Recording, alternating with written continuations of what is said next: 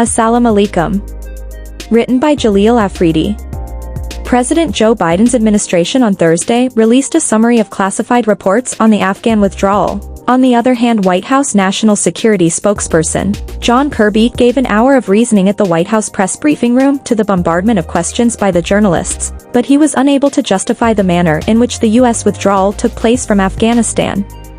John Kirby, being a former admiral, even became a little emotional while talking about the 13 U.S. servicemen who lost their lives on August 26, 2021 in a suicide attack which took place at Hamid Karzai Airport in Kabul. John Kirby acknowledged that it was the right decision of President Biden to withdraw from Afghanistan, because the mission to avenge those responsible for the 9/11 attacks was accomplished a long time ago. Kirby did refer to over-the-horizon operation which recently claimed the life of Al-Qaeda leader al-Zawahri in Kabul, Afghanistan.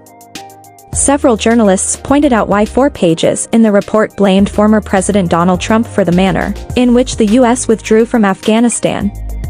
John Kirby pointed out that the former president had decreased the U.S. forces from 10,000 to 2,500. He was the one who had signed the Doha Agreement, and he was the one who had agreed to the withdrawal in August.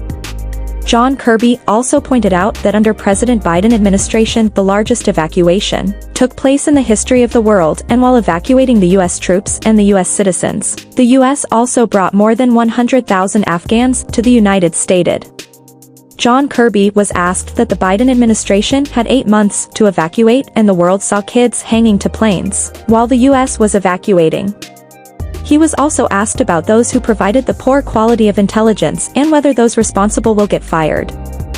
Mr. Kirby regretted the fact such huge number of Afghan military surrendered to the Taliban, and the way former Afghan President Ashraf Ghani ran away from the country.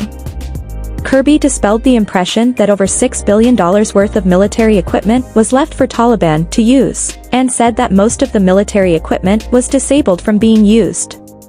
John Kirby was also asked whether Bagram Air Base is now being used by China and China's growing relations with the Taliban regime. Regarding U.S. recognition of Taliban regime, John Kirby stated that Taliban must honor the commitments they have made in Doha Agreement, and that includes providing equal education and work opportunities to the women of Afghanistan.